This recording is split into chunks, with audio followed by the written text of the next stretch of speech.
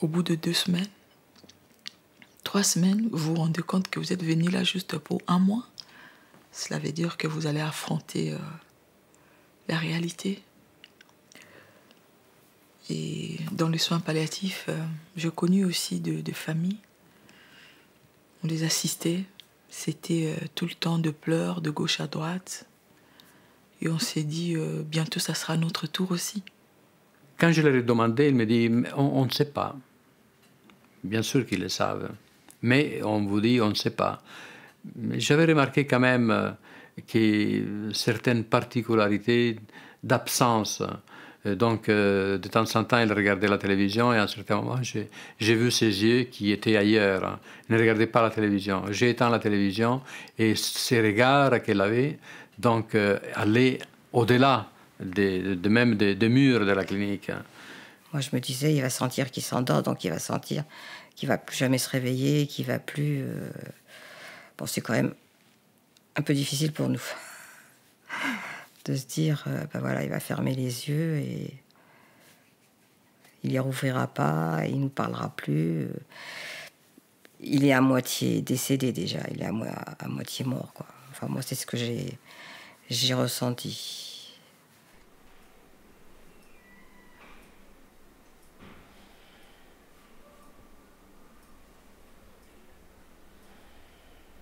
Et alors, je l'ai noté à l'époque, j'ai gardé la petite feuille. Le jeudi 14 juillet donc, 2016, le docteur Perrin me dit « Je pars en vacances 3 semaines ».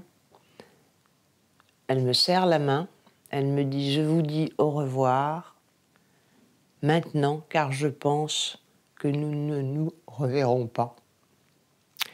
Elle savait qu'à son tour, mon mari serait mort. Mais la façon dont elle me l'a dit, ouf, j'ai trouvé ça très touchant.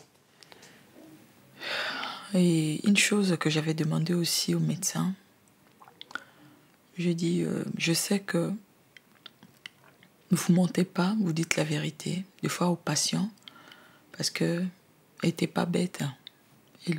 Je dis, si elle vous pose la question, docteur, est-ce que je veux mourir? Ou, s'il vous plaît, ne le dites pas.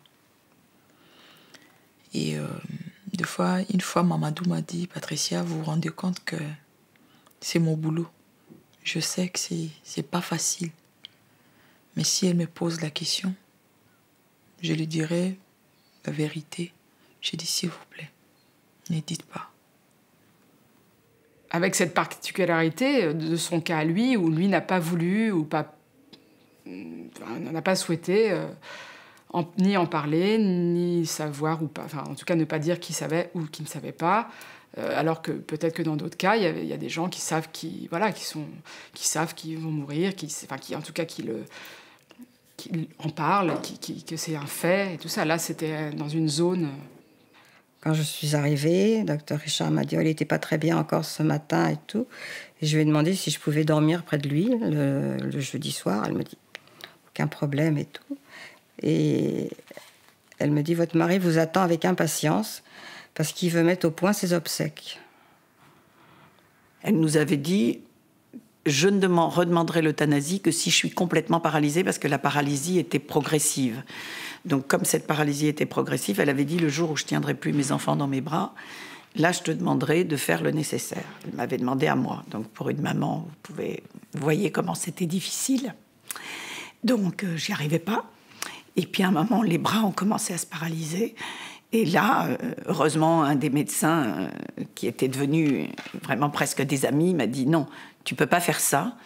Elle a encore des choses importantes à vous dire. Si tu fais ça, tu le regretteras toute ta vie. » Et le samedi matin, docteur Richard a téléphoné là. C'est pas une infirmière. En nous disant « Votre mari a fait un malaise sérieux. Il a commencé une crise d'épilepsie. Il souffre. » Ça, maintenant, on a la certitude qu'il souffre. Donc, il faudrait que vous veniez, qu'on prenne une décision. Moi, je lui dis, il n'y a pas de problème, c'est ce que mon mari veut. Si vous me dites en plus qu'il commence à souffrir, que les malaises sont de plus importants et tout, si vous dites qu'il doit être sédaté pour ne pas souffrir et tout, d'accord. Et il a été sédaté le samedi après-midi. Elle agonisait. Il avait juste l'oxygène sur elle. Je lui parlais. Elle comprenait. Elle attendait. Je tenais sa main. Je lui ai dit, ma petite maman, je suis là, c'est Tati. Si tu m'attends, serre-moi. Elle m'a serré la main. Je dis, arrête de lutter. T'as beaucoup souffert. Libère-toi. Là où tu vas aller, tu seras plus en repos. Tu vas vraiment rester calme. Si tu as compris ce que je te dis, serre-moi la main. Elle m'a serré la main aussi, mais parle plus. Elle avait les yeux tournés. Et le lundi, alors là, le lundi, il y a eu un petit couac, alors, je vais le dire. Quand je suis arrivée dans la chambre, mon mari gémissait et criait par moments et tout. Je me suis dit, c'est pas normal. Donc j'ai sonné. Une infirmière est venue. Je lui ai dit, écoutez, je connais pas, mais par rapport à hier, il y a quelque chose de changé. Même dans sa manière de respirer. Est-ce que c'est normal? Est-ce que c'est parce qu'il va bientôt partir? Est-ce que... Elle me dit, non, je vais remettre une dose de produit. Donc elle a remis une dose de produit. Et ma fille est arrivée, elle est allée s'asseoir, à côté de son père, de l'autre côté. Et elle lui a pris la main, on le regardait tous les deux. Elle me dit, maman, papa me serre la main. Je lui dis, non Hélène, tu rêves, c'est pas possible. Elle me dit, si, mais regarde, on dirait que ses yeux vont s'ouvrir. Alors là, j'ai sonné, et il y a un autre médecin qui est arrivé. Je lui ai dit, écoutez, il y a quelque chose qui ne va pas. Moi, j'ai l'impression que mon mari va se réveiller. Et ma fille lui dit, s'il se réveille, il jure là. Mais nous, c'est même pas nous qui l'avions décidé. C'était mon mari, donc moi, je respectais tout ce que mon mari avait dit. Et il ne s'est pas réveillé. Mais ça a été très dur. Ça a été très, très dur. Et ma fille a fait des cauchemars pendant un certain temps. Je me suis toujours, je crois que je me la poserai toute ma vie maintenant. Est-ce qu'il s'est un peu réveillé? Est-ce qu'il a senti quelque chose? Et en fait, le jour où c'est arrivé, il y a eu un signe avant-coureur, c'est-à-dire il a vomi du sang, enfin il y a eu une hémorragie. Et là, lui, il a pensé, ce qu'ils m'ont dit, c'est qu'il n'a pas vu que c'était du sang. Donc il a pensé qu'il avait qu'il avait trop mangé ou je sais pas trop quoi. Et là ils m'ont dit, ça peut être rien, ça peut ça peut passer, comme ça peut être le signe qu'il y a que l'hémorragie est plus importante et que ça peut. Ça, je me souviens que c'est. Et d'ailleurs, j'étais pas contente. Je trouvais que c'était bizarre parce que c'est une aide-soignante qui m'a dit ça. Non, une infirmière peut-être, mais ce que je veux dire, c'est que elle m'a dit ça un petit peu comme ça, de personne à personne. Je sais pas comment dire. Après que j'ai vu le médecin qui m'a, je sais plus exactement. Ce que je veux dire, c'est que j'avais été un peu choquée par parce qu'elle me disait oui d'expérience, mais finalement, elle me dit d'expérience. C'est vrai que elle m'a dit il peut partir dans la nuit. Voilà ce qu'il m'a dit. Il m'a dit. Et finalement, elle avait raison. Mais c'était la manière dont ça a été dit, comme un truc un peu anodin, justement, un truc, ah tiens, j'ai appris ça, ou je sais que ça peut arriver, mais un truc un peu théorique. Et du coup, dit sur le ton, voilà, c'était peut-être quelqu'un qui manquait justement, elle était en formation. Et elle manquait, je pense, je sais pas quoi, mais enfin, elle l'a asséné d'une manière théorique et un peu par-dessus la jambe, comme ça. J'avoue que le dernier soir, un des médecins m'a dit « Il ne faut pas que tu restes là parce que tu es trop fusionnel et tu l'empêches de partir. » Et ça a été hyper douloureux. Parce que, effectivement, nous étions fusionnels et je savais que je l'empêchais de partir. Donc, il a fallu vraiment que je me fasse violence pour quitter la maison médicale. Et je n'ai pas dormi de la nuit parce que j'attendais le coup de fil. Et le coup de fil est arrivé à 3h du matin. je le savais quand j'ai entendu mon téléphone sonner, parce que je savais que c'était le moment où je le sentais en tant que maman, que c'était le moment où elle s'envolerait et que c'était la fin, quoi. C'était la fin. Avec le personnel, on lui a dit à un moment donné, tu vois, maintenant, on va augmenter la dose, il faut que tu dormes. Il faut que tu dormes. Oui. Il a respiré très très fort d'un coup. Elle ne peut plus rien. Je l'ai touché là. J'ai tenu sa main. J'ai lâché. J'ai vu qu'il n'y avait plus rien. J'ai appelé les infirmiers. J'ai appelé le médecin. Il est arrivé, il nous a fait sortir. Après, elle a dit oui, madame, elle n'est plus en vie. Et je me suis assise à côté d'Agnès. Après, je l'ai pris dans mes bras. Et franchement, j'ai prié parce que je me suis dit maintenant, il faudrait qu'elle parte. Voilà, et elle est partie. Elle est partie. Et je me souviens des derniers instants. Je tenais la main de mon épouse, sa main droite. Ma sœur tenait sa main gauche.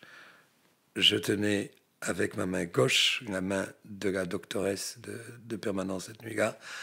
Et sa sœur, excusez-moi, tenait avec sa main droite la main gauche d'une infirmière. Voilà comment mon épouse est partie. Et ça symbolise quand même, il me semble, ce que a pu nous apporter cette maison, jusqu'au dernier moment. Et quand je suis arrivée, l'infirmière m'a dit « Il est décédé il y a 5 minutes ». Là, j'ai cru que j'allais m'effondrer, mais elle m'a dit « Je vous promets, il n'a jamais été tout seul.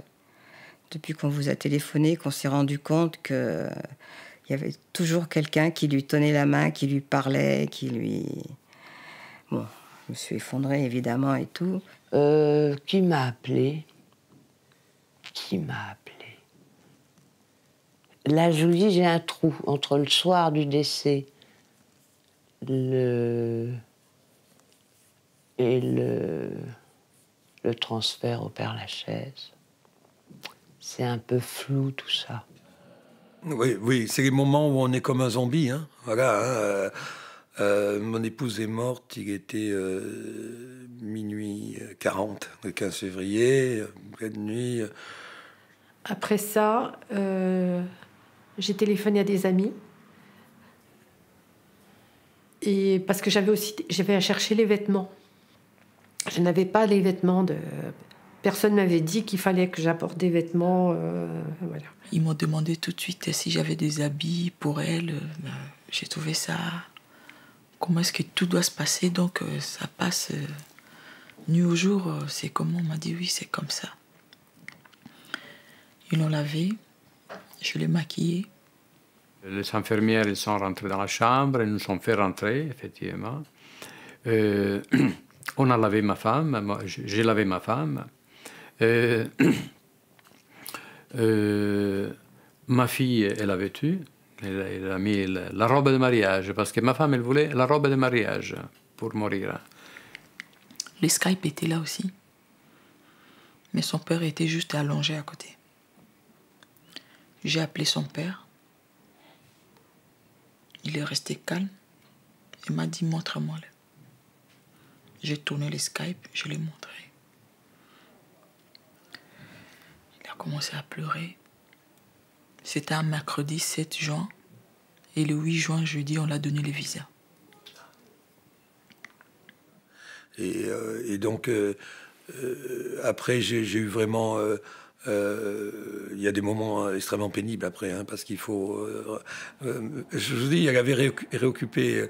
je partais tous les jours à Jeanne Garnier avec un sac plein, parce qu'elle s'était approprié la pièce. Et elle était extrêmement coquette, et donc il y avait beaucoup d'affaires et de vêtements. Mais le personnel était là pour me soutenir, pour faire ses bagages dans la chambre où était encore mon épouse. Sa sœur, qui a accompagné merveilleusement jusqu'au bout, n'a pas pu re-rentrer après. Hein, donc elle ne pouvait pas franchir le pas. Oui, mais c'était impossible. Donc moi, voilà. Et c'est comment dire, c'est un peu dur. Mais c'est vrai qu'on a eu cette chance, c'est que je suis arrivée tout de suite, la délicatesse de nous laisser du temps avec elle, la délicatesse de que les gens soient discrets, que le personnel vienne lui dire au revoir. Enfin, c'était vraiment fait avec beaucoup de respect. Parce que je crois que le maître mot, c'est ça, c'est le respect. Ça m'a frappée. Puis la manière dont il manipule le corps de la personne qui est morte. Enfin, je sais pas, une douceur. Ouais. Elles nous ont expliqué ce qu'elles allaient faire. Elles nous ont dit pendant ce temps-là, vous en profitez pour aller aux pompes funèbres. Après, quand vous êtes revenus, vous venez, on vous expliquera comment ça va se passer exactement. Si vous voulez revoir le docteur, s'il n'est pas là, vous pourrez le revoir. Après, là, on va le descendre je sais plus comment ça s'appelle, la chambre froide, le salon mortuaire. On vous accompagnera, on restera près de vous si vous voulez. Si vous voulez qu'on parte, on partira. C'est vous qui décidez, vous nous demandez tout ce que vous voulez. On a été à la disposition de votre mari, on y reste toujours, on fait tout ce qu'il faut. Maintenant, on est pour vous.